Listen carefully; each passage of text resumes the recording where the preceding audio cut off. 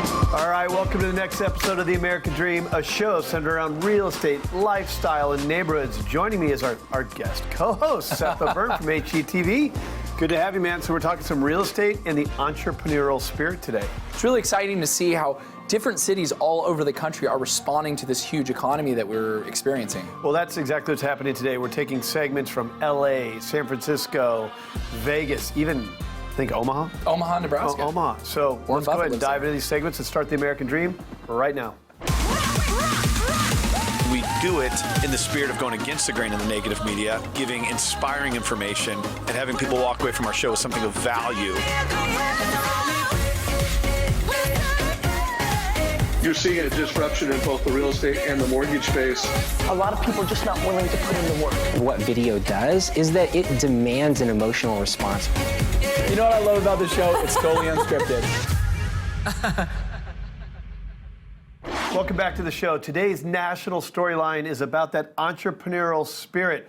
But before we dive into that, all housing markets are local, so we're going to dive into some backyards, some cool neighborhoods all across the country. Yeah, you know, it's interesting because as a real estate agent for almost 20 years now, I'll be the first to attest that what happens in our local city oftentimes is way different than what's happening on the national scale. So one of the things I love about the American Dream TV is we really give a lot of value to the local voice. You got to know what's happening in your own backyard, so let's start the local segments right now.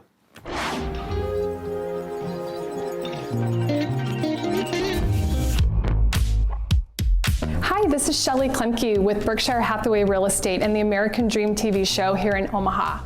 Now, when you think about the Midwest, oftentimes people think about tractors or cornfields, but do you think about the connection or link to the lap of luxury or jet links right here in Omaha? We are going to interview the president and CEO of Jet Links Company, which happens to be my childhood neighbor. And I'm excited today to meet Jamie, visit with him, and learn more about this growing company. Well, I'm really excited to be here with you today, Jamie, so thank you. This is fun for me to visit with him since we did grow up together. Thank you for coming. Yes, and I love seeing this awesome new building that you're growing, and it's huge. All of these people here, everything that you do here. Tell us a little bit how you started it. So we started Jet Links back in 1999 to serve the Omaha community. And after the first 10 years of business, we realized that what we were providing the Omaha community could be expanded on a national scale. So we started to push towards what's now 20 locations across the U.S. It's really built on the platform of providing a really great service locally like we do here in Omaha. How many employees do you have here? Tell us about what you're doing right here in this building. You bet. So this is considered our National Operations Center, where we have about 100 team members that work 24/7 to support our 20 locations. And at our locations, we have essentially 110 airplanes scattered across those 20 locations, where we have local teams at each one of those markets. In those markets, we have flight concierge teams, we have pilots, we have maintenance technicians that then work on the ground locally to support our clients. And then are your clients both international and within the country? Are you serving the whole world essentially? Great question. So we focus on our 20 locations, and I'd say the primary service is in the domestic United States, but we fly those clients anywhere in the world. We can fly them to Asia, we can fly them to Europe, we can fly them to South America.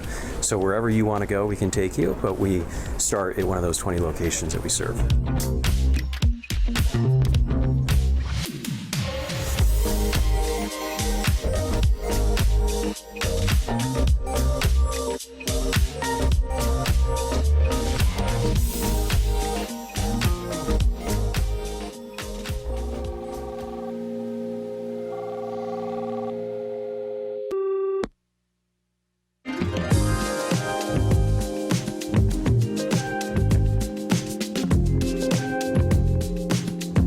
All right, so usually you find me in homes all day long. So to be inside of an airplane is really fun.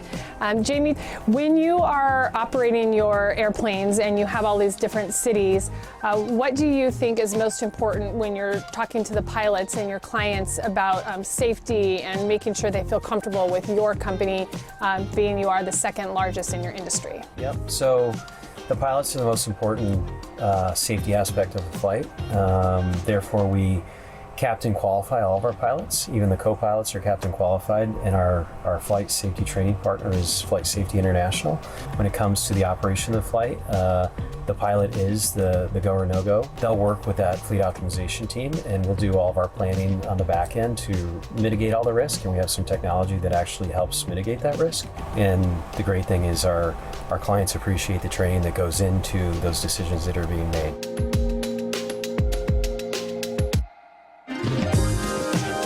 Being a locally focused company like we were in Omaha and still are, the business model really is paramount to that local involvement. So whether we're talking about Omaha or New York or Denver or Atlanta or any of our locations, we take a huge interest in the community for a couple reasons. One, it's where our team members are involved, and we like to give back to those things that are meaningful to our local team members, as well as to our clients. Well, thank you for joining us on this episode of The American Dream. Maybe I'll be flying to my next location. So thank you again, and we'll see you next time.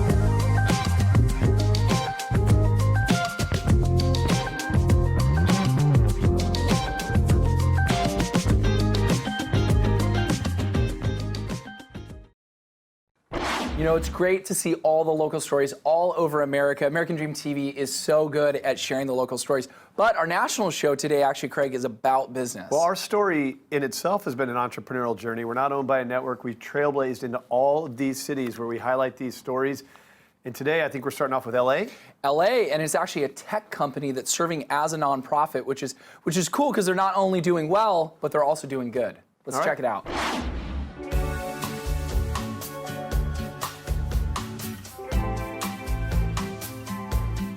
Hey everyone, Felix Fuchs here with American Dream TV, and today we're standing in the middle of Santa Monica. I figured what better way to come into the new year after the holiday season than bring you to Giving. Giving is a tech company that provides help to nonprofit organizations. Let's go check them out.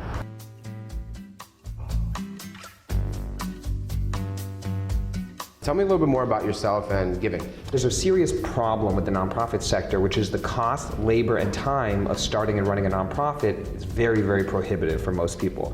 The cost is very high, the labor is extraordinary, and the time is very, very long for most people. So some people have enough money, but they don't want to wait the time. Some people have enough time, but they don't have enough money. A lot of people are priced out of this social good infrastructure, if you will. And Giving is a proprietary SaaS, software as a service platform that partners with Giving.org, which is a 501c3 nonprofit vehicle, to allow any individual or corporation to instantly, in 60 seconds, start, run, and operate a 501c3 nonprofit project. That's crazy.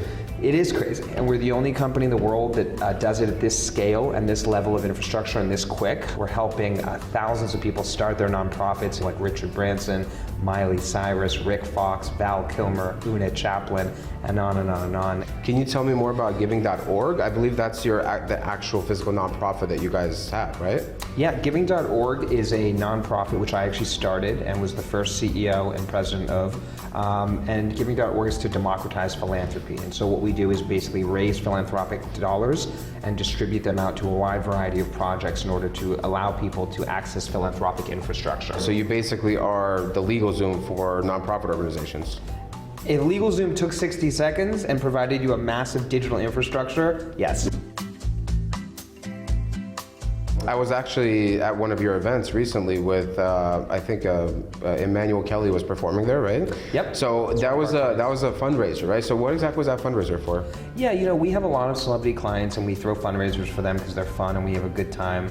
Earlier this year, we did a fundraiser for Val Kilmer. And then earlier this year, we also did another fundraiser for Emmanuel Kelly, who's one of our clients. And we had Snoop Dogg come and perform and DJ the event. And we had Chris Martin from Coldplay also do a private performance at the event. This was a set I was going to do at the Fire Festival, but it all went wrong. Tell me other people that basically are kind of geared for this kind of venture from a giving perspective. Sure, so, I mean, anyone who wants to do something good, the vast majority of these people are priced out of this infrastructure. It's too expensive, it's too costly, it's too time consuming. And so we've lowered the barriers by about 98% to the cost, labor, and time of starting and running a nonprofit project. Anyone basically who wants to do something good for their community, whether it's local, whether it's international, transnational, whether it's interstate, it doesn't matter. So where do you see giving in the next 3 to 5, 10 years? We are generating real substantive impact on the ground, and my goal is to grow that to be the company, the organization. When you think of impact and you think of making the world a better place, you think of giving. So not only are you a friend, you're actually a client of mine. Last night I had a conversation with the agent that we were talking about the space that you guys wanted for your new office location. Okay. And the cool thing is that they agreed to everything that we wanted. Oh wow, really? Yeah. That's awesome. Right? Really? I'm not kidding. So there you go, live. Wow. This wasn't scripted by any means. The agent of the year, and it wasn't scripted. I honestly didn't know. And I asked him when I got here any news, and he played it so cool. He was like, nah, I haven't heard it. Dom, thank you so very much. I appreciate it once again. What you're doing is genuinely amazing. I look forward to seeing what giving has to offer. It's a pleasure working with you. Thanks for inviting me today. Absolutely. And I'm looking forward to our new office. Giving, tech company, philanthropy, nonprofit, amazing overall company. Check it out. I'm Felix Fuchs with American Dream TV. Catch you on the next one.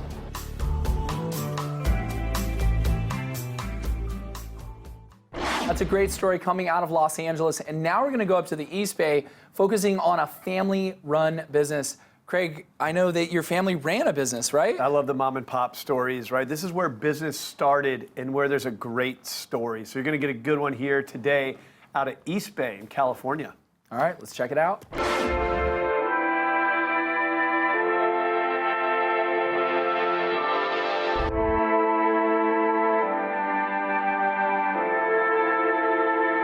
Look across the street for Super. Hi. Okay, thank you. Yeah. Hey, how are you? Doing okay. I'm Antonia Quanstrom, and I grew up here in Walnut Creek, as does Sharon Vanny, and this is my friend Emily. And we are local realtors, and we're here to show The American Dream, which is a television show, a little bit about your shop. Is that okay? Sure. And these are my partners and dear friends, Sharon Vanny and Emily Howard. Hello. Hello. And I really wanted to take them to this super cool shop in downtown Walnut Creek. The name of the shop is Ming Kwang, and it has been around here for literally 50 years. It's a very cool shop, extremely eclectic, has a ton of history, and more than its history is a phenomenal story of the owner, Nona. Is Nona in? Yes, she is. Oh, cool. Right in the back. Okay, cool. Thanks.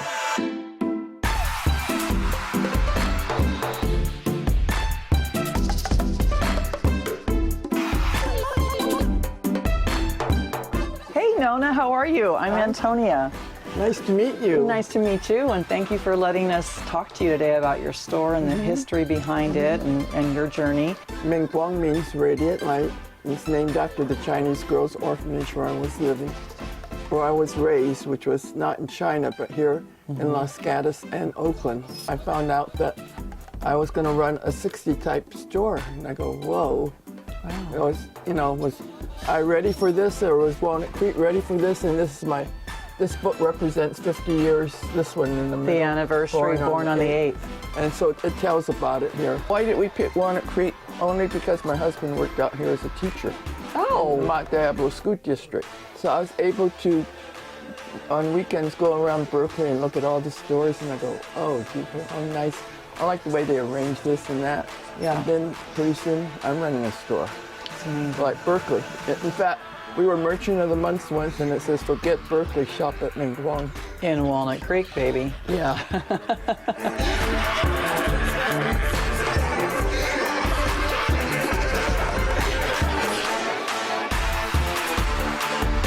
My husband started out as a coffee house. It was called the Melting Pot. But someone across the street had the fondue. Oh, I remember that. Yeah, so we changed it to Ming Kwang after the orphanage. But it evolved from a coffee house a year later into a store. Wow. Because the rent had to be paid. So I came to the rescue. What are some of your fond memories of running this shop in Walnut Creek? Well, I guess Joe DiMaggio came in here once upon a time. And other celebrities have come in.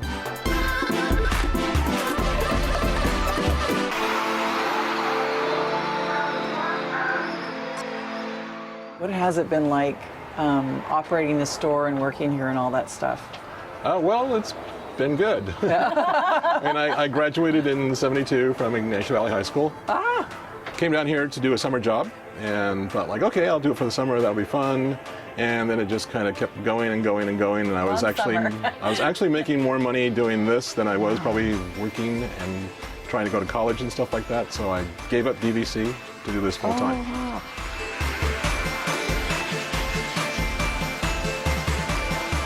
How do I know what to buy for the store? I really don't know until I go to the show and I see something. I go, oh, I bet my customers would like that. And that's how it happens. Cool.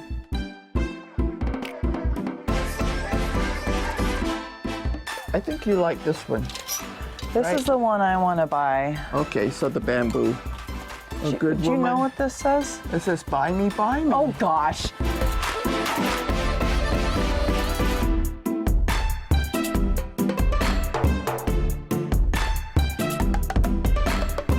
See you later on our next episode of the American Dream TV. Thanks for watching. Thank you, Team Antonia.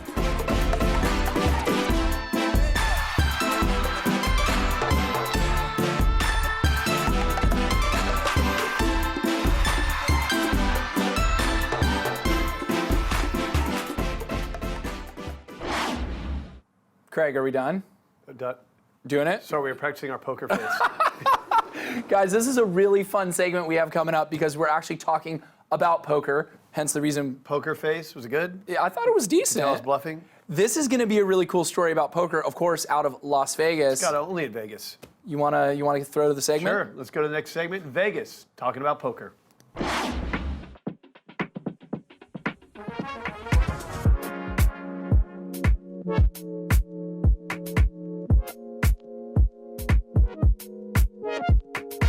Bill Gaylord here with the American Dream, and I am here with power player Cora Shear of the Shear team at Realty One Group.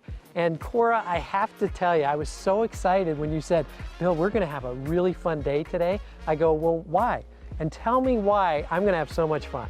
Well, first of all, we're in the northwest side of town and we're at $1 million listing. I am so honored to be able to feature my seller. His name is Jack Effel. And a lot of people don't know Jack, but they will when we're finished. They will, won't they? Should we go find Jack? Yes, let's go find Jack. Let's go find him. Okay.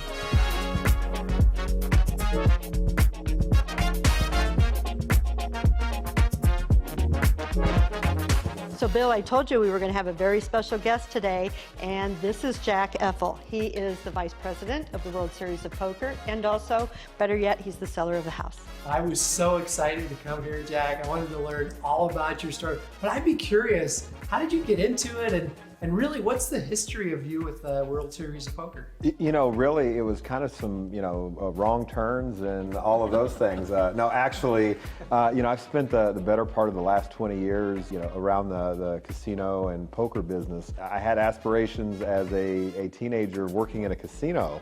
And when I turned 21, as anyone who kind of has those dreams, I started out as a dealer, worked my way up, supervisor, manager. As I was in college and working on my degrees and finishing up, this weird thing happened with the poker boom, right? And all of a sudden, poker exploded. They were looking for people to, expand World Series of Poker, to then, figure out who was going to help with this, big thing they had that was called the World Series of Poker. So that became the big thing. That became the big thing.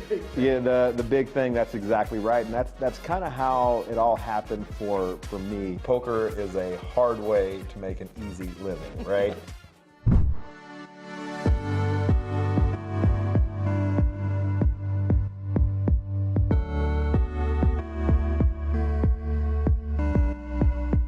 So Jack, you've told me that there's a lot of memories you have with this house here. Can you tell us a little bit about them? This is a very special house, and my wife fell in love with this house, Alicia. When she saw it, she just knew that this was the one, and I remember walking through it the first time, and our family was much bigger at the time, and over the last 4 years, we've built a lot of memories, but what I can tell you about it is that it is everything you could ever want in a house. I mean, there's a master suite downstairs, there's a master suite upstairs. The downstairs is a next generation, so if you want to have people coming in from out of town or your in-laws, the perfect place downstairs. The entertainment living room downstairs is perfect with the surround sound to watch your movies, and the kitchen is big enough to cook and entertain for as many people as you can imagine. The pool has entertained 20, 30 people at a time here. We've just had some really great memories over the last few years since we've been here. It's a very special house, and I think that whoever gets this house is going to, you know, is going to love it. Absolutely. Yeah, this is just amazing. Gorgeous house. Thank you so much for allowing us to be able to show it.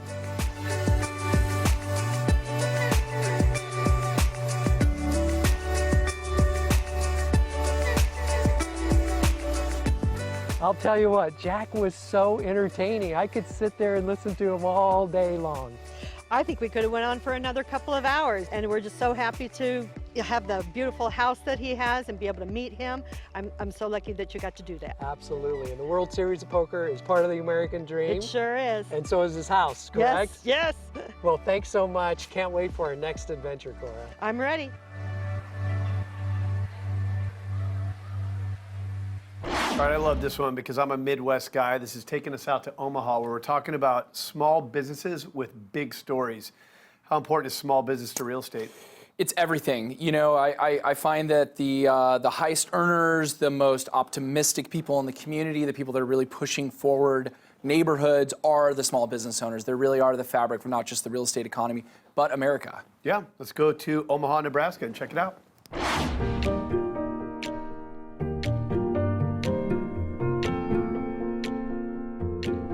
From small businesses to Fortune 500 companies, Omaha continues to be a hub for economic growth.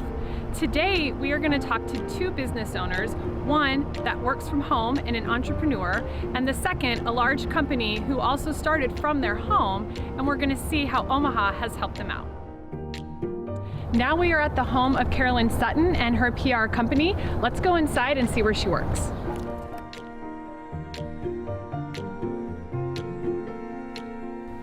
We are now inside Carolyn's home, which also is her business. So Carolyn, tell us a little bit about what you do.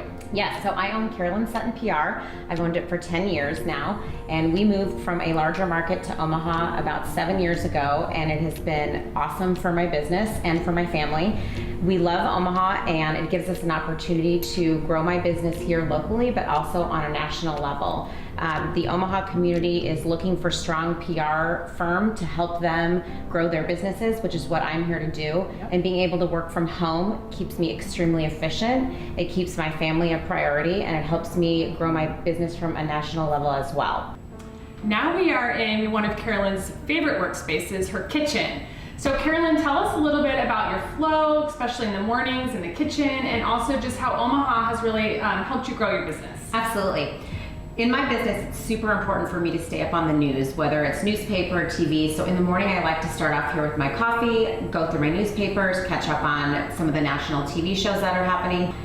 The kitchen itself is such a big, bright workspace, and it inspires me to keep going. And in Omaha, you have 4 seasons. So whether it's sunny outside, whether it's snowing, it always kind of keeps me warm in here and kicks off my day to a great start. So the neighborhood here offers so many different types of homes and lots of variety in the different rooms they have. And I think when you saw this property, you knew this was going to be a great workspace for you. Absolutely. Our family is growing, and we wanted to find a house that was going to grow with us in the long term, which also meant that I needed my own separate office space. So when we walked through this house, this room really spoke to me. It's bright, it's inspiring, I can see all areas of outside. It really immediately was like, this is going to be my office space. Well, thank you, Carolyn, for joining us. I really appreciate it, and we're so proud of all you've done growing your business from home. And now we're gonna go check out another business who they actually started in their home as well, but have grown it to such a large company and such a fun environment that their employees actually don't wanna go home. Now we are at Builder Trend, which is one of Omaha's fastest growing companies, over 500 employees that started with 3 guys in their basement. Dan, one of the co-founders, is one of those 3 guys, and we're gonna go talk to him inside. Let's go. Now we are with one of the co-founders, Dan Houghton. And Dan, tell us a little bit about how you started this business and how it's just grown into such a mega producing company. Yeah, so we are actually about to start our 14th year of business, which is pretty wild. Wow. So I was in my early to mid 20s when we started this company. I started with two of my really good friends. And our goal was to solve a problem that we saw in the construction industry. And so if you think about somebody that's building a home or doing any kind of construction project, there's this miscommunication that goes on in the project. So we're helping our clients manage their business, communicate with people. And so it started with 3 of us, and now there's 550 of us here. So it's pretty wild. So businesses like this are really attracting people not only from Omaha to stay and thrive here, but also you're attracting people and bringing it into the Omaha community to work, which is great for our city. Yeah, of course. Yeah, so I think, Omaha is one of those places that you need a reason to come here in a lot of cases, but it's once you get here, you really find out what makes the city great, and it's the music scene, it's the restaurant scene, it's affordability, it's a great place to raise a family, and so we have been seeing a larger increase as our footprint's gotten larger and people know more about our company. We're recruiting people from the East Coast to the West Coast. We're getting a lot of boomerangs. So, maybe somebody was from central Nebraska, moved away, and now they want to get back closer to home. So we're catching a lot of those folks. Well, thank you, Dan, for letting us tour your amazing facility and the way it's been growing. Where do you see the growth for you in the next, say, 10 or 15 years? Well, that's a long way out, but we are really a people-driven business. So, we obviously make a product, but we can't make that product without people. So, our focus is going to continue to build this team and grow and build better products for our customers, and hopefully, if we continue to do what we've been doing the last 5 or 10 years, we should be in pretty good shape the next 5 or 10 years. Awesome. Well, we're proud to have you here in Omaha, and we love what you do for our community. Thank you. All right.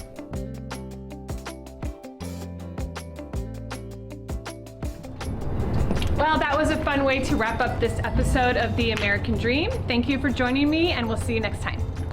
Well, that was a lot of fun today talking about the entrepreneurial spirit. Seth, did you have fun for our collective 2 minutes and 17 seconds on the show today? Yeah, I drank all my fake coffee. Hope you enjoyed today's show. Look, we created this thing as entrepreneurs ourselves to bring real stories about neighborhoods, lifestyle, and culture. Hope you enjoyed today's show. Thank you for following us, not only on the show, but on social media. And of course, cheers the American Dream, and we'll see you next week.